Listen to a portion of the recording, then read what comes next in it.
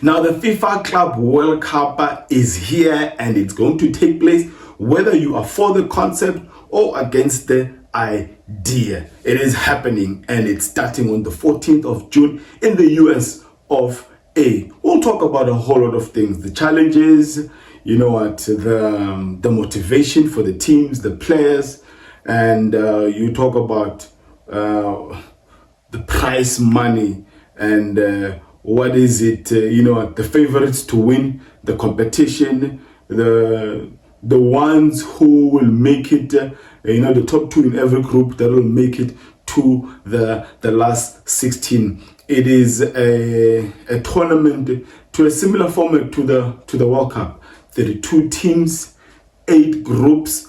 Each group has got 4 clubs. The top 2 make it to the next round, and it's consisting of these 32 teams from 6 federations, 12 teams from Europe, 4 teams from CAF, which is Africa, 4 teams from Asia, and we've got 5 teams from I don't know what is it, CONCACAF from North America, and I think the Caribbean.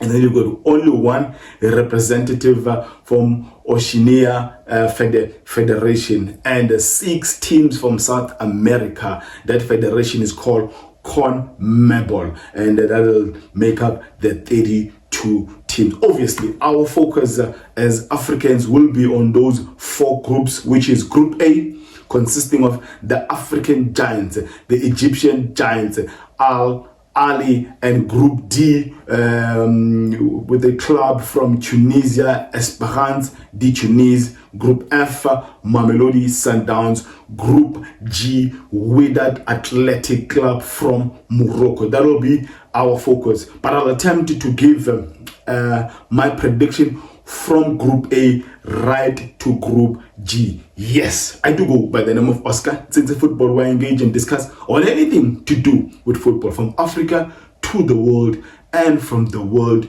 to Africa. Well, today I've attempted to represent the clubs I follow and I adore. And obviously, if you follow this channel, you know that my order is Mamelodi Sundowns, Chelsea, and Real Madrid. Mamelodi Sundowns, that's the emblem, South African club, and Chelsea, Stamford Bridge, London. And I had to also put on a color for the Galacticos, Real Madrid of Spain. You can just see the colors over there, and that's me saying Real Madrid is also represented on this episode. Now, where I need to start, well, obviously the competition also has come with its challenges, and the biggest challenges as things stand is the struggle for FIFA to sell tickets. And the very first match, Lionel Messi's Inter Miami, a club partly owned also by the legendary English footballer David Beckham. They're really struggling to fill up that 65,000 capacity stadium in Miami, largely because of geopolitics of America, how America now, Donald Trump, is relating to other countries. I mean, it's been a messy past 6 months for the American economy. Tourism has gone down. A lot of countries have been blocked from even having visas to travel to America. If this competition was in any other country, we would not be sitting here. But this is not a channel for politics, but this is a channel for football. So as things stand, I think they've only sold like close to 30,000, over 25,000 tickets for the very first match, which will be a big one. Ahly, Egyptian giants, and I'll tell you this, the Arab world, they adore, absolutely adore the Egyptian giants. So be rest assured, Arab nation, Arab folks will be in that stadium. The tickets have been reduced, I think, from a huge number. Now tickets, I think, have been sold for like a mere $35 for you to get yourself in there. And I don't want to even shy away from the fact that the biggest discouragement for tickets not being sold out earlier is the fact that the Latino nation, majority of those guys would have sold out this stadium a long time ago. But because of what's currently happening in America, some Latinos can't even go to the game because apparently ICE will be in and around the stadium to get those who are in America illegally. What a shame. What a shame for this competition. Now one wonders what's going to happen in the come next year when the USA is also hosting the World Cup. It's just a shame that this is happening to the game we all love. Now that's not the only challenge. The other challenge which also has come, the complaints and murmuring and has come from a lot of European clubs, is the fact that just like the South African League, we've just finished our official leagues, and this time is a time for more, clubs, players, to take a break, go on holidays.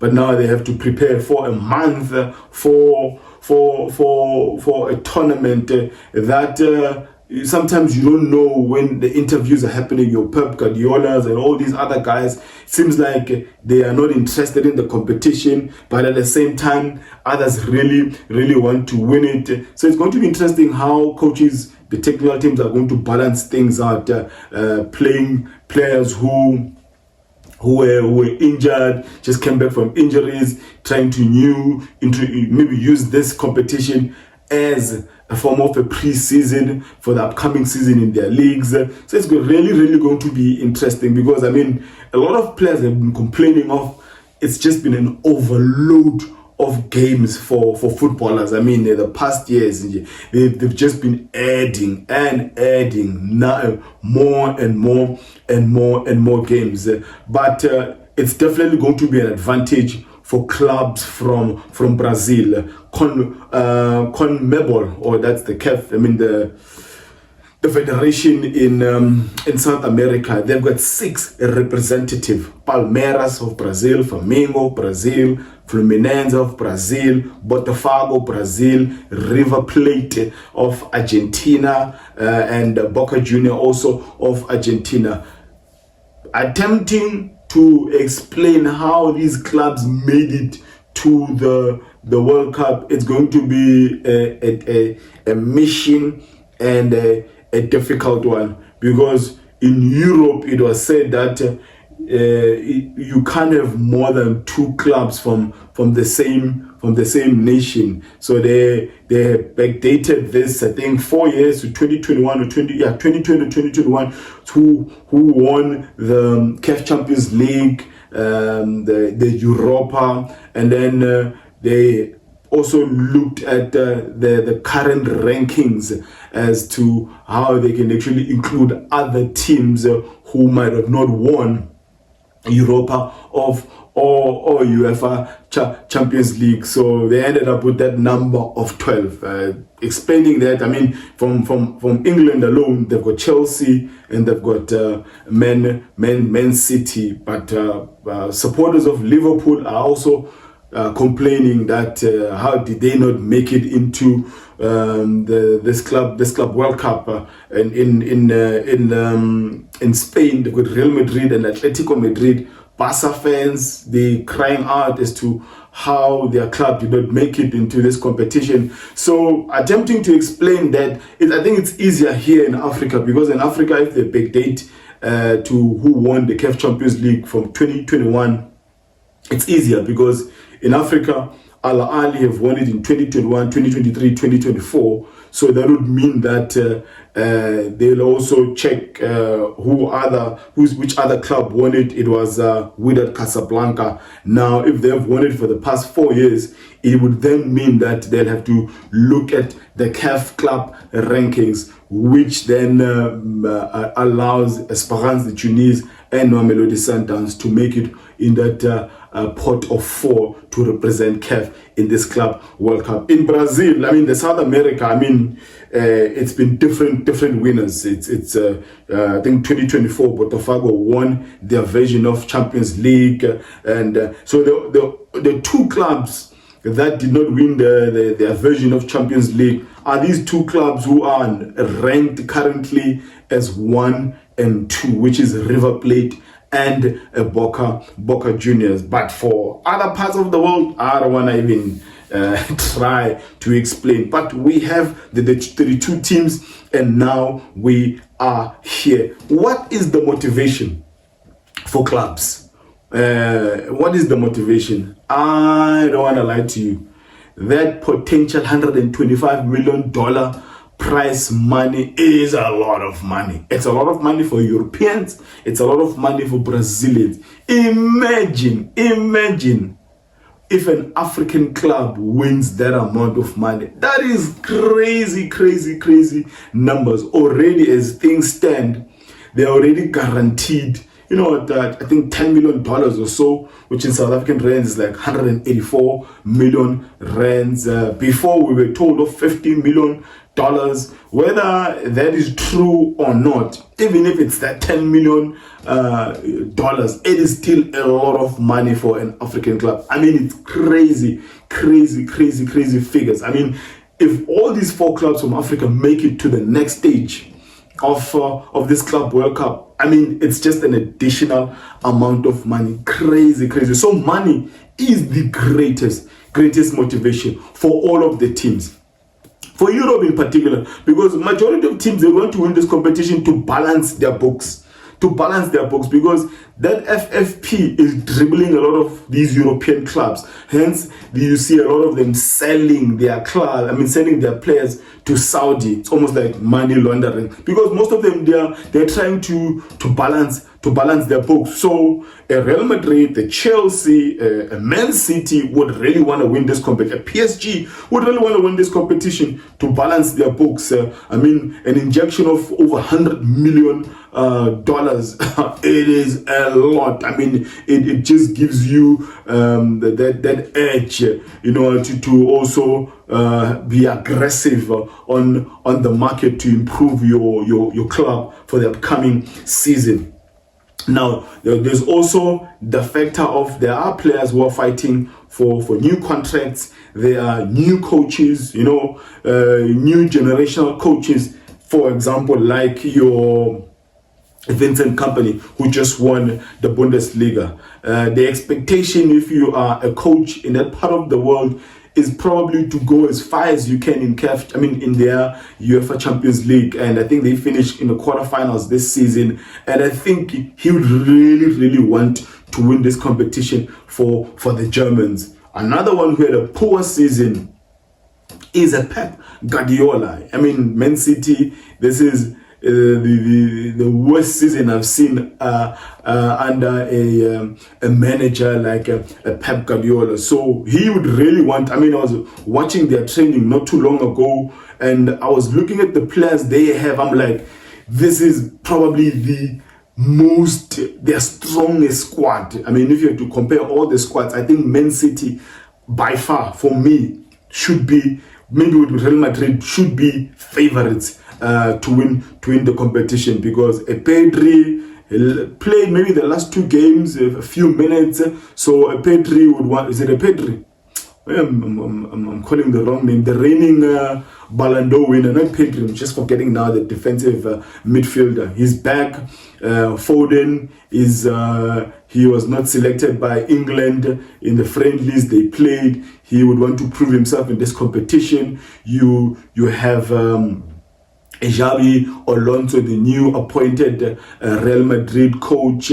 Alex Arnold just joined Real Madrid. You've got new players who are motivated, who want to show the world. For African clubs, the motivation outside the money is that it's a world stage.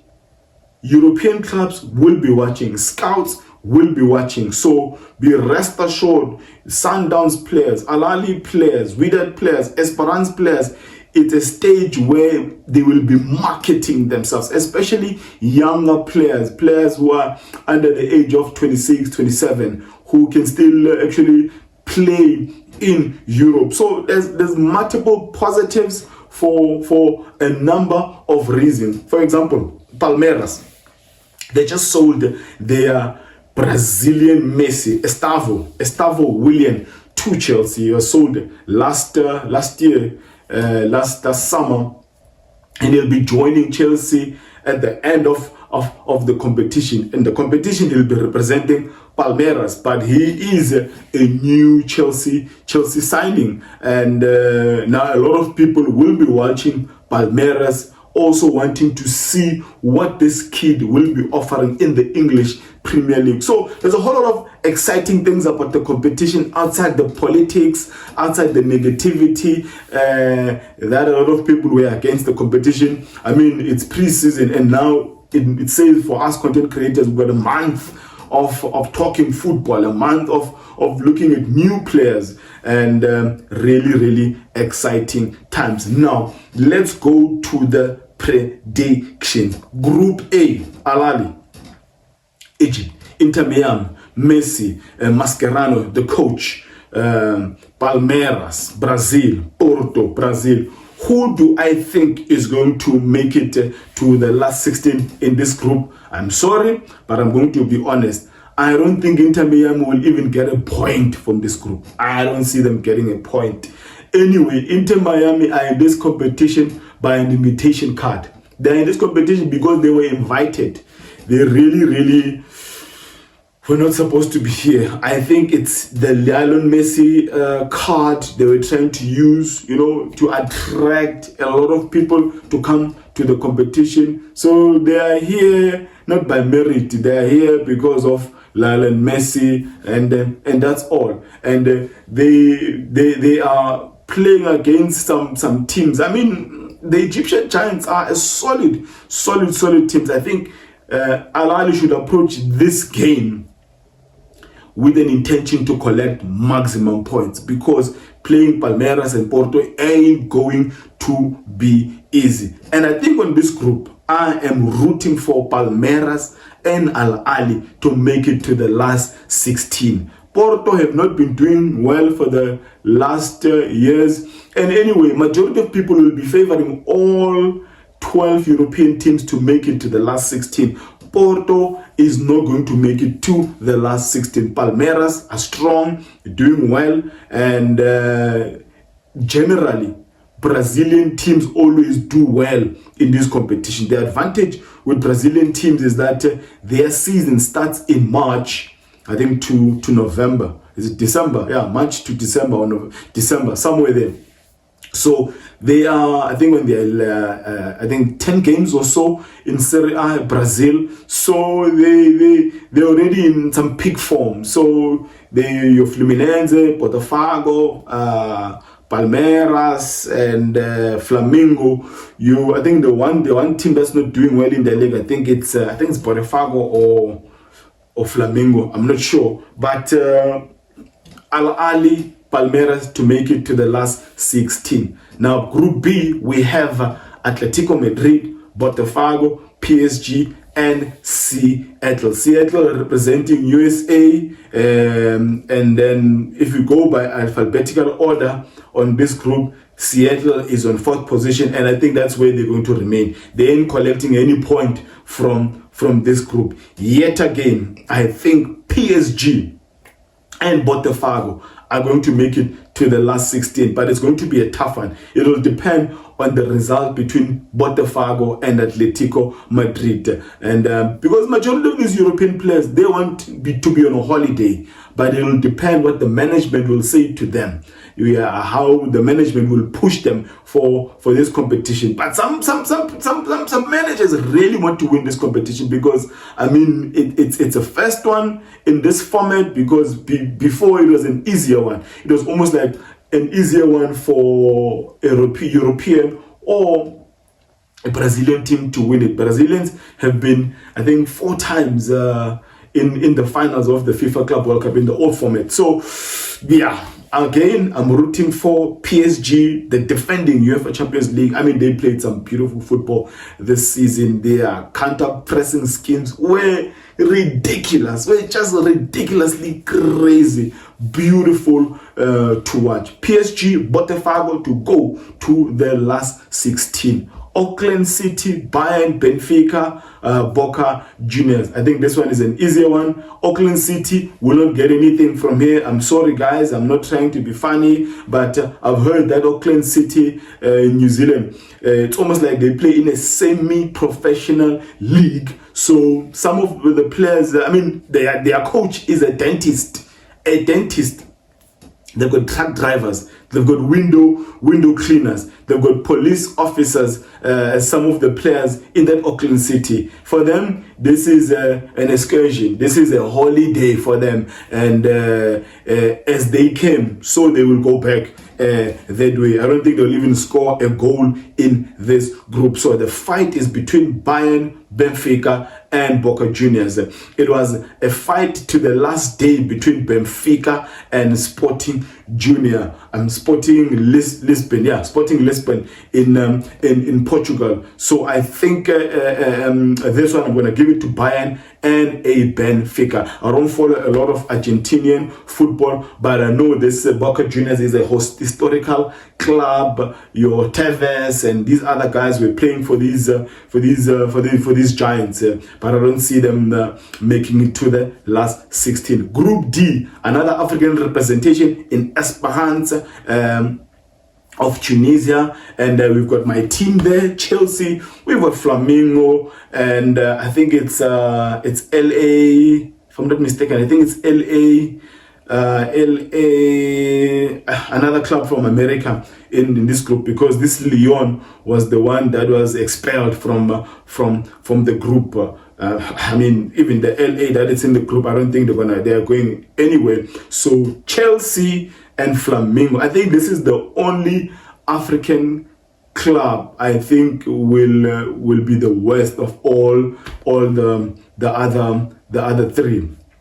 So I don't see Esperance making it to the last 16. So Chelsea and Flamengo, but it's going to be a tough one. I'm not saying it's going to be a walkover when you're playing Esperance, because they are a tough nut to crack. Defensively, they know what to do. They know how to set themselves up when they're playing against these attacking sides. But anyway, Chelsea, Flamengo to make it to the last 16. Group E, Inter Miami, Monterrey of Mexico, River Plate of Argentina, Urawa Reds. I think this is an open group, probably the group of death for me, in the sense that it's going to be a tough one. These Urawa Reds from Japan, they are really tough. I mean, you know, the development of football in those parts of the world, South Korea, Japan, Saudi Arabia, some of them are really competitive. It's going to be a tough one. Obviously, I'll give it to Inter Miami, the finalists, but they were really poor in that last game against the PSG. So the Mexicans, the Argentinians, and the Japanese should maybe also see a chance of actually upsetting Inter Miami, considering that they've got all these old geezers playing for them. So these old geezers might actually suffer a lot at the hands of Mexicans who are used to playing in that vicious summer of America. So let me rather be fair on this one and say Urawa Reds and the Mexican Monterrey to make it to the last 16. Dortmund, Fluminense, and Mamelodi Sundowns and Ulsan of South Korea. Now, they just signed Bellingham's brother, Dortmund. Dortmund, obviously, everyone is assuming that Dortmund are going to make it to the last 16. We got Fluminense of Brazil, Mamelodi Sundowns, my club, and Ulsan. Mamelodi Sundowns' first game is against the South Koreans. I think it's crucial. It's vitally important that Mamelodi Sundowns overcomes and actually collects 3 points against the South Koreans. South Koreans might be viewed as the beating boys in this group, but that might actually not be true, because, as I said, Japanese, Saudis, South Koreans, the development of football has been actually very good. We see South Korea in World Cups when they're playing against other nations. They are a tough nut. They also have some Brazilians in their club. So Mamelodi Sundowns also have Brazilians in their club. Now, according to Ronza Williams, the goalkeeper of Bafana Bafana, was also nominated amongst the 9 goalkeepers in that Ballon d'Or goalkeeper of the year thing. I don't know what it's called. He made mention of the fact that last season, Ruan Mukwena, I think he went to Botafogo and Fluminense. And Fluminense was actually a team that they really studied how they build up from the back. And I'm actually going to include that video right here. Who are you most looking forward to playing against at the Club World Cup? Probably Fluminense, because of the similarities. Last season, we studied them a lot. The build-up structures that they had, it was what they done last year was amazing.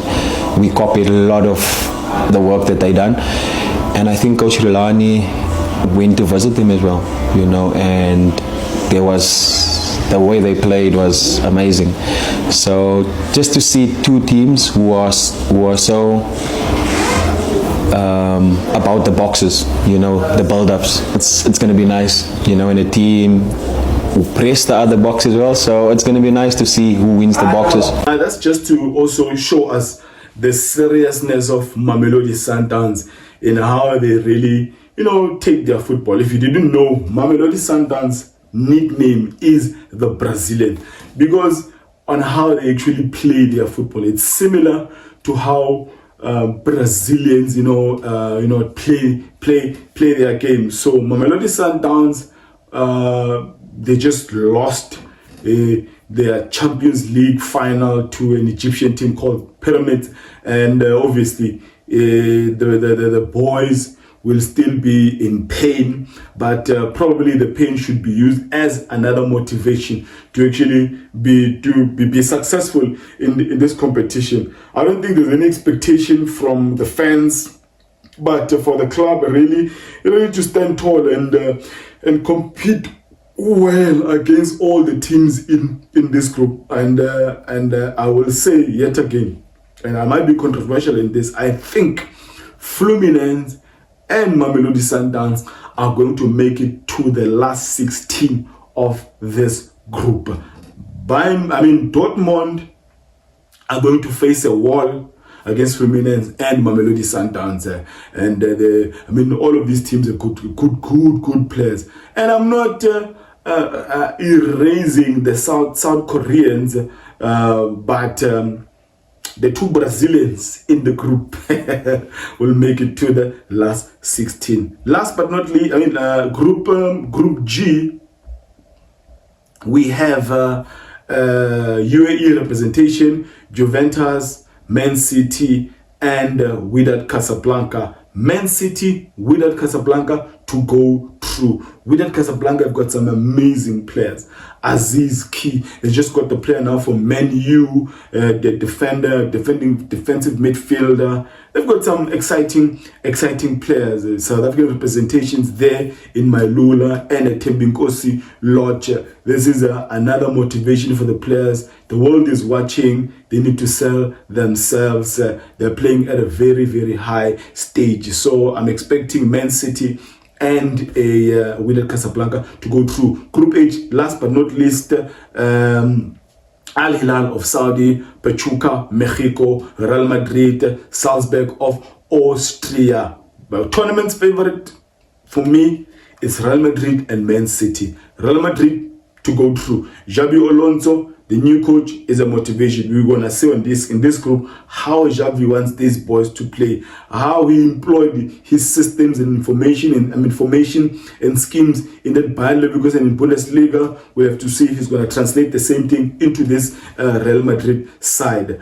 And another team that's gonna shock many is Al Hilal. Al Hilal, Real Madrid to go through in this group. So 8 groups, A to H, and really exciting one, guys. Please do comment on the section below where you're watching the video from. Who's your favorite? Who would you like to see? Were you for the tournament? Are you against the tournament? Now that it's happening, are you going to watch it? And share the video with your friends. Let's have some fun in the comment section below. Tell us of players we might not know, because we can't tell lies here and say we watch all of these teams. No, we don't. We know the teams we know, and we don't know the teams that we do not know. So share share players to look out for, share clubs that shock others, and the 12 European clubs, who do you think is going to do better than the other, the Brazilian sides. Tell us more. We want to hear from you guys, and I really appreciate all types of engagement. Don't forget to like, share, and subscribe. That's how you actually support the channel to grow. Now, let me end it there by declaring, may my God bless you all.